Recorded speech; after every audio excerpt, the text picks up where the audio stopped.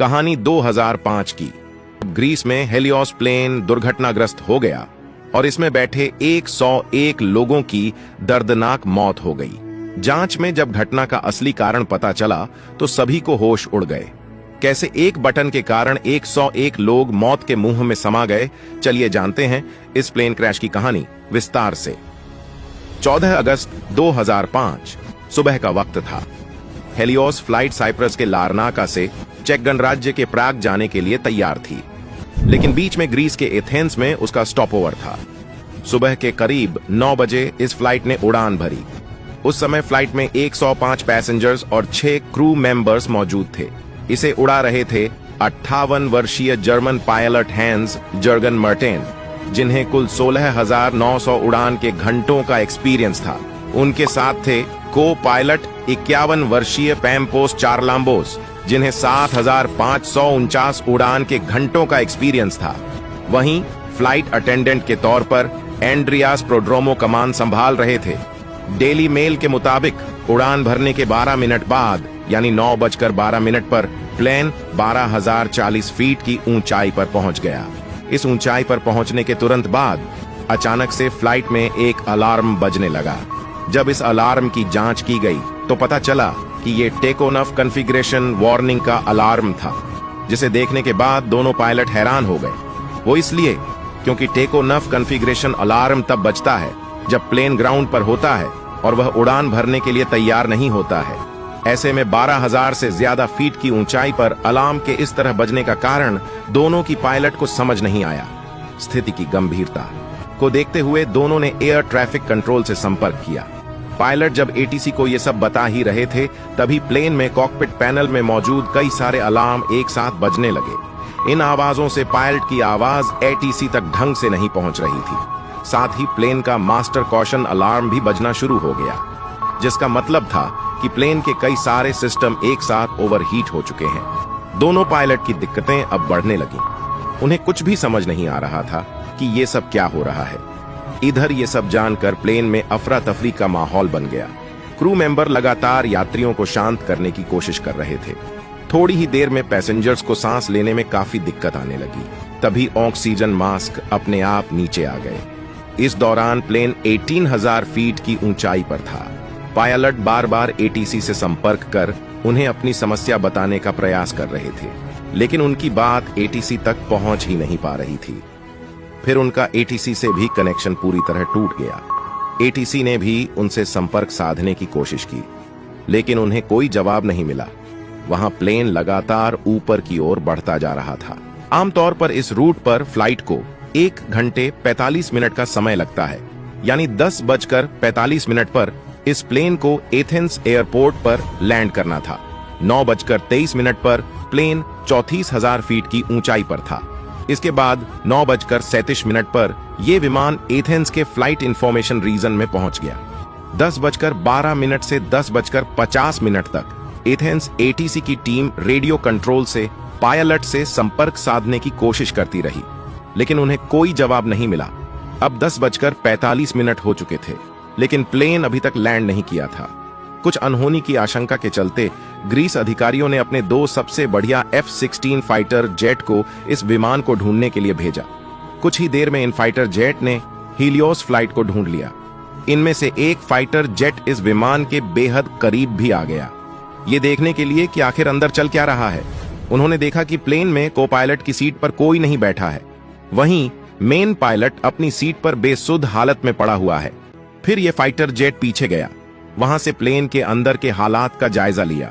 लेकिन fighter jet के pilot के लिए हैरानी की बात यह थी कि किसी भी पैसेंजर ने मुड़कर उनकी तरफ नहीं देखा। किसी भी पैसेंजर की तरफ से उन्हें कोई रिएक्शन नहीं मिला।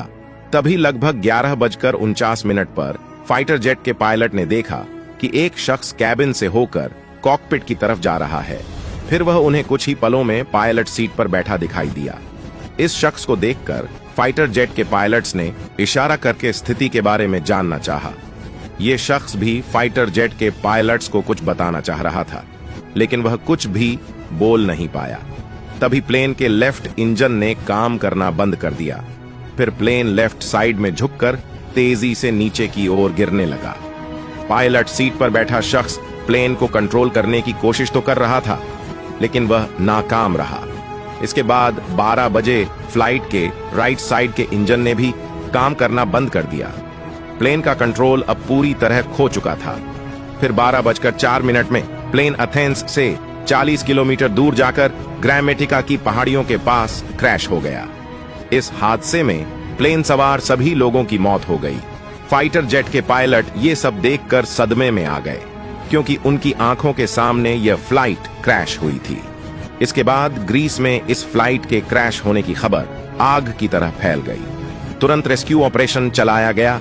सभी 121 लोगों के शवों को ढूंढकर बाहर निकाला जाने लगा। लेकिन जब हादसे में मृत मिले कुछ लोगों का पोस्टमार्टम किया गया तो बेहद चौंकाने वाली बात सामने आई। पता चला कि प्लेन में मौजूद पायलट समेत लगभग सभी लोग पहले ही मर चुके थे।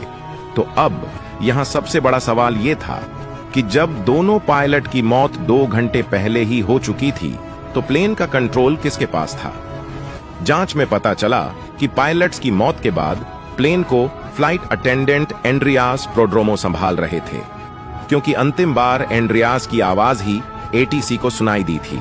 उन्होंने मेडे मेडे कहकर करीब 5 बार मदद की गुहार लगाई थी। एंड्रियास के पास यूके कमर्शियल पायलट का लाइसेंस तो था, लेकिन उन्हें इतना एक्सपीरियंस नहीं था कि वे बोइंग 757 जैसे प्लेन को कंट्रोल कर सकें। लेकिन बावजूद इसके प्लेन को वह घनी आबादी से दूर ले जाने में कामयाब रहे। जरा सोचिए, अगर यह विमान घनी आबादी वाले इलाके में क्रैश होता तो क्या होता? एक्सपर्ट्स ने इस घटना की वजह जानने के लिए जांच शुरू की। प्लेन लेफ्ट साइड में क्यों झुक गया था, इसे लेकर पता चला कि प्लेन के लेफ्ट साइड का फ्यूल खत्म हो गया था। लेकिन अभी भी इस हादसे की जड़ तक पहुंचा जाना बाकी था। तभी एक इन्वेस्टिगेशन ऑफिसर की नजर कंट्रोल पैनल के एक बटन पर पड़ी। यह बटन था प्लेन के प्रेशर को सेट करने का। इस बटन को देखते ही इन्वेस्टिगेशन ऑफिसर को सब समझ आ गया कि कैसे यह हादसा हुआ। दरअसल प्रेशराइज बटन एक पूरे जहाज में हवा का प्रेशर कंट्रोल करता है। इसी से बाहर के इंजन बाहर की हवा को थोड़ा थोड़ा करके अंदर भी भेजते रहते हैं, ताकि प्लेन के अंदर बैठे लोगों को ऑक्सीजन मिल सके।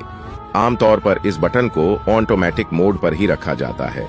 कभी इसे मैनुअल भी किया जाता है, तो पायलट और को पायलट को इसका ध्यान रखना पड़ता है। फिर जांच आगे बढ़ी तो हादसे के मुख्य कारण भी पता चले। दरअसल जब ये जहान अपनी रूटीन सर्विस के लिए गया हुआ था, तो वहां सर्विस करने वालों ने इसके प्रेशराइज बटन को मैनुअल मोड पर डाल दिया। प्लेन उड़ाने के समय दोनों पायलट्स का इस ओर ध्यान ही नहीं गया कि बटन ऑटोमेटिक मोड पर है ही नहीं, बल्कि वह मैनुअल मोड पर है। इसके कारण प्लेन में ऑक्सीजन की मात्रा धीरे धीरे घटने लगी और विमान में बैठे लोगों की बेचैनी बढ़ने लगी। वे सांस नहीं ले पा रहे थे। पायलट्स ने इसका कारण जानने की कोशिश की, लेकिन इस बटन पर उनका ध्यान ही नहीं गया। फिर कॉकपिट में भी ऑक्सीजन का लेवल कम हो गया, जिससे दोनों पायलट बेहोश हो गए। वहीं सभी यात्री और क्रू मेंबर भी धीरे धीरे बेहोश होने लगे। फिर ऑक्सीजन न मिलने के कारण लोगों ने दम तोड़ दिया। प्लेन इसके बाद ऑटो पायलट मोड पर ही एथेंस की तरफ बढ़ता गया, लेकिन एक शख्स अभी भी जिंदा था। वो थे फ्लाइट अटेंडेंट एंड्रियास प्रोड्रोमो। दरअसल एंड्रियास एक स्कूबा डाइवर भी थे, इसलिए उन्हें काफी देर सांस रोक पाने का अनुभव था। लेकिन ऑक्सीजन न मिलने के कारण उनकी भी हालत कुछ समय बाद खराब होने लगी थी। फिर भी जैसे तैसे उन्होंने प्लेन को कंट्रोल करने की कोशिश की, लेकिन दुर्भाग्यवश वह इसमें सफल नहीं हो पाए और प्लेन क्रैश हो गया। इस घटना के 15 महीनों बाद ग्रीस के अधिकारियों ने घटना की रिपोर्ट पेश की, जिसमें बताया कि घटना के लिए सिर्फ एक बटन जिम्मेदार था। वो था प्लेन का प्रेशराइज बटन। अगर वह ऑटो मोड में रहता तो शायद ये दुर्घटना न होती। अगर आपको यह जानकारी पसंद आई हो या कुछ नया सीखने को मिला हो तो प्लीज इसे दूसरे सोशल मीडिया नेटवर्क पर शेयर जरूर करें।